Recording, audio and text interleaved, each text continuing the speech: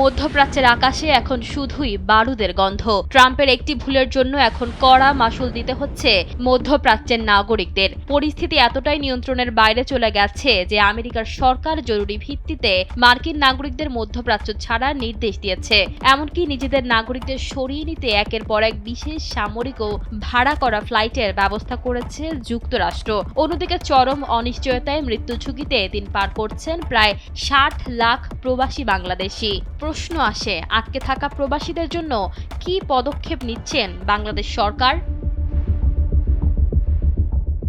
যুদ্ধে জড়িয়ে ইতিমধ্যেই ৩৪ জন বাংলাদেশি মৃত্যুবরণ করেছেন। ফার্টিফাই রাইটস ও ট্রুথ হাউন্ডস নামে দুটি আন্তর্জাতিক মানবাধিকার সংগঠনের প্রতিবেদন এই তথ্য জানিয়েছে, যার ফলে প্রবাসীদের ঘরে ঘরে মধ্যপ্রাচ্যের সংঘাত নিয়ে চাপা আতঙ্ক বিরাজ করছে।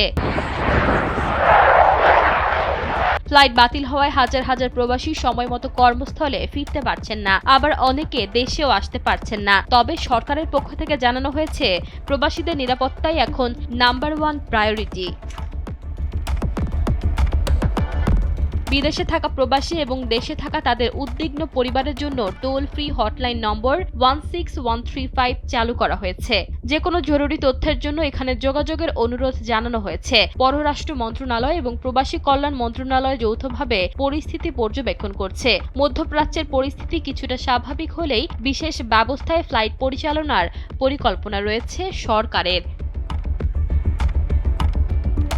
আক্রান্ত দেশগুলোতে থাকা বাংলাদেশি দূতাবাসকে নির্দেশ দেওয়া হয়েছে যেন তারা স্থানীয় বাংলাদেশি কমিউনিটির সঙ্গে সার্বক্ষণিক যোগাযোগ রাখে এবং বিপদে পড়া প্রবাসীদের আশ্রয় ও প্রয়োজনীয় সহায়তা প্রদান করে।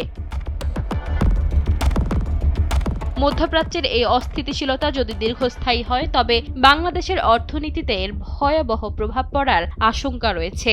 একদিকে প্রবাসীদের প্রাণের ঝুঁকি, অন্যদিকে রেমিট্যান্স প্রবাহ থমকে যাওয়ার শঙ্কা।